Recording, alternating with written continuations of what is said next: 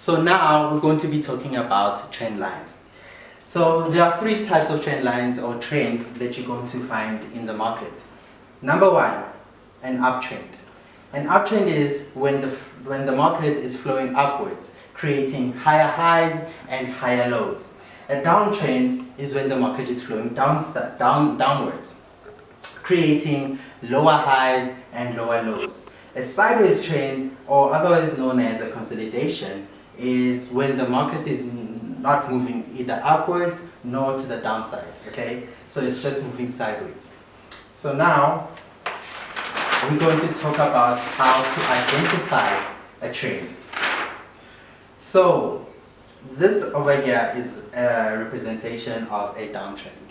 And how you identify a trend is by labeling your chart, okay, by writing either higher highs or higher lows, or lower lows or lower highs. So in a downtrend, we are going down, so we're going to start at the top of the chart, or at the start of the trend. And we're going to have here, or we have here, a high. This is a high, or the beginning of a downtrend. Next, we have a lower high. A lower high, or just LH, simple. And we're going to go down lower into another lower high, and this is also labeled a lower high. Okay, and how you write a lower low is just go to the bottom of the trend, or the bottom of the downtrend, and you're just going to say lower low, LL, lower low, lower low.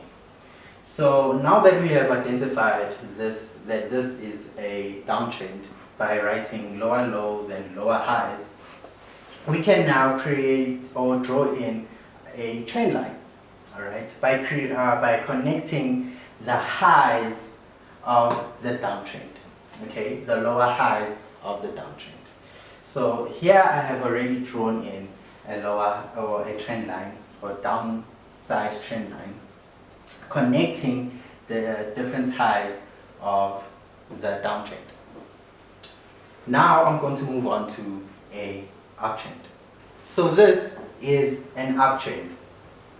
How we identify an uptrend, just like the downtrend that I had showed you previously, we write or label the highs and the lows. So this is the low, the beginning of an uptrend. All right. Then we're going to go and find the next point after a pullback, which is going to be a higher low. Then another higher low up here, and the last one over here. Higher low, higher low, higher low, higher low. And now I'm going to write in the higher highs at the top of an uptrend. Higher highs with an HH.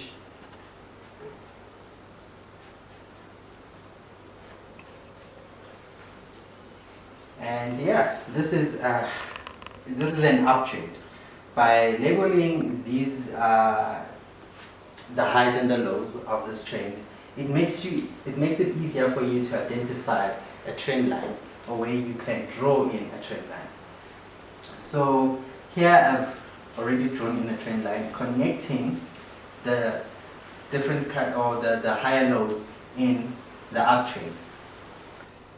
And now this is a consolidation, or a sideways market. So basically a consolidation, or how a consolidation moves rather, the price moves sideways. It's not going up or it's not going down. It's just moving in a sideways motion in between a support or a resistance line. All right. And what it does, it just goes up to a resistance, rejects it, comes down to a support, rejects it, goes back to the same resistance line, rejects it again, and comes down to the same support and rejects that as well. It will never be this perfect in real life, but this is the basic concept of a consolidation. So now I'm going to pass you over to Tyson, and he will show you a real life representation of how everything looks like on a chart. Alright traders, so we're currently looking at AUD here on the daily, and the reason for this is because we most trade the daily chart. Obviously this principle does apply whether you're looking at the 1 hour chart, 4 hour chart, weekly or the monthly chart. And the reason for this, we're focusing on the daily, is because this is where we execute most of our trades. So I'll start by showing you how to draw a descending trend line, which means a downtrend, and also take it forward to an ascending trend line, which shows an uptrend, and a range bound market, which is consolidating in between our support and resistance levels. So as Kevin has already stated, when we look at a downtrend, we need to look for our highs and lows, our highs and lows. And in this case, since we're having a downtrend, we're going to look for our lower highs and lower lows, lower highs and lower lows, a stepping formation going to the downside. So looking at this chart, it's quite clear that this market has been dropping to the downside. So this market condition is quite bearish, where the market is pushing lower from the highs to the lows. So how do we draw our descending trend line here? So the first thing that we need to do is use our line chart. So the same way we're drawing our support and resistance levels, the same principle applies here. But then this time around, we applied this principle drawing our trend lines. So we formed a high here, right? And after that, the market came back for pullbacks. Remember, the market is always moving in two phases. So after we formed the high, the market came back or pushed to the downside to form a new lower low, and from there it came back for pullback to form a new lower high, and in that order the market started pushing to the downside. So the way in which we draw our trend line is that we connect all our highs, all our lower highs, just like that. And we also need to go back to our candlestick chart to just see if it aligns and make sure that everything looks good. And right here it's quite clear that the market was in a downtrend after we've drawn this descending trend line. And another thing to note is that these areas are zones, just like how we're using support and resistance. It's not always the case where the market is going to come directly to this level and test it. Sometimes it's just going to come closer to that level and reject because of the selling pressure around that region. And I also think at this level it was a Fibonacci retracement zone. So let's just see. Right there, exactly, the market was respecting a 50% fib. So not all cases in which the market is going to come directly to that level and reject. So the selling pressure will sometimes force the market to just come closer and push lower due to that selling pressure. So this is where you need to be looking for your opportunities to go short. When the market is coming for a pullback around this region, you must now look for your selling opportunities based on the current market condition, which is bearish. And once again, when the market pushes to the downside, you wait, since you're going to be in a trade, right? You wait for the market to hit your take profit. And then from there, you know that the market is most likely going to have a pullback, since it's always moving in two phases. So you're going to wait for that counter trend movement, right? And wait for another price action signal for you to go short. So let's just do it practically. We have a bearish pin bar here, which is in line with the bearish pressure in the market. The entry is right there, stop loss just above, right? And then you look for your next logical area, which is here. So you could have simply have made 2 times your risk. So if you were risking 1,000, you could have simply made $2,000 on this one, just by following the trend.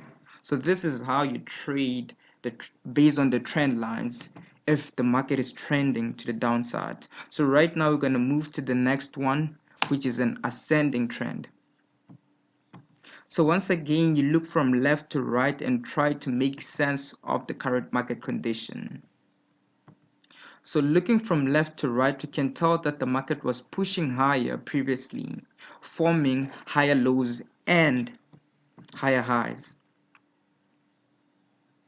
So how do we draw our ascending trend line? Once again, we go back to the line chart to just see those areas of sensitivity in the market. And from left to right, we can tell that we have an area of sensitivity here, another area, another one, and another one. So it's quite clear that the market was rejecting this level over here. So that's how we draw our ascending trend line. Make sure, guys, that you have 2 or more touches. Here we had a false break and the market pushed higher. We had a rejection, another rejection. Remember, it doesn't have to come directly to that level since it's a zone. Another rejection. This time around, it was so much closer. So when we use our candlestick charts, we can see directly that the market was clearly rejecting and it was pushing higher. So how do we look for entries? It's basically the opposite of the first example on Aussie. You wait for the market to push higher, right? Since you're going to be in the trade here, this is where you're going to take your trade. Let's do it practically once again, guys. It's a long position this time around. Let's say you buy on this pin bars. Stop loss just below. Sorry, guys. Stop loss just below, right here.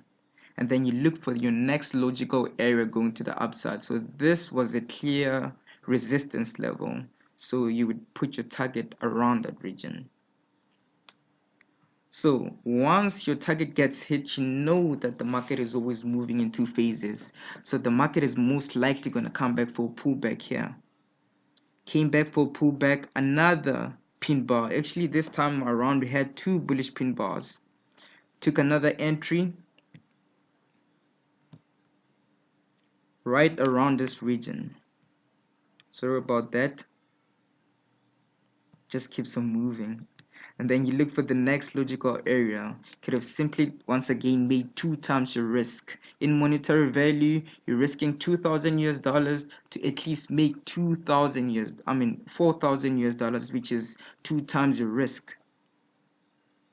So the market continued in that order until we had a break to the downside. And after the break to the downside, you can see that the market aggressively had a sell-off. And just yesterday, this happened in the market. So once your trend lines get broken, just position yourself to go the opposite side.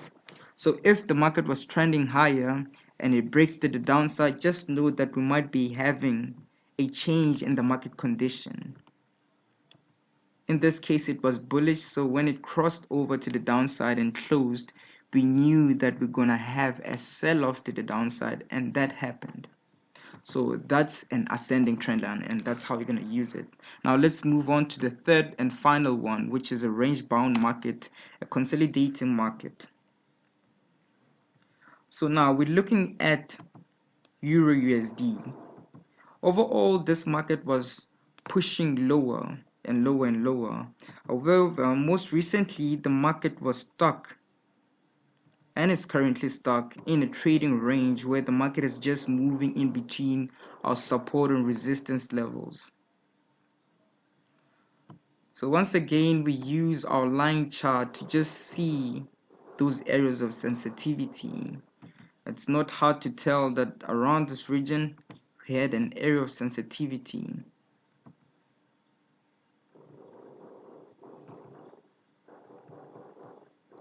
Sorry about that, guys. Right there.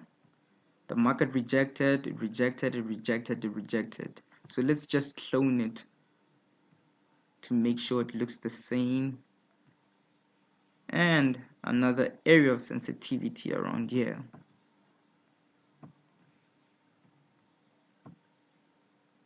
So we can tell that the market is range bound currently. It's just moving in between our support and resistance levels.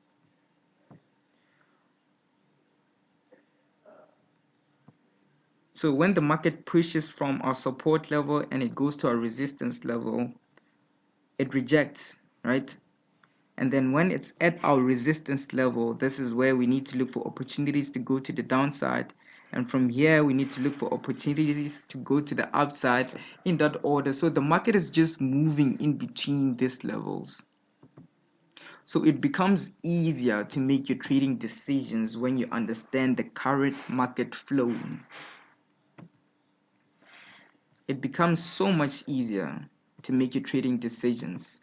That's why I try to emphasize you understanding the trends. So yeah guys, I just wanted to explain this to you guys and make sure that you understand. So this is how you use your current market conditions to trade in the markets, whether the market is trending to the upside, to the downside, or it's just moving sideways. So the trend is the first and most important thing to understand before you get into a trade. Peace.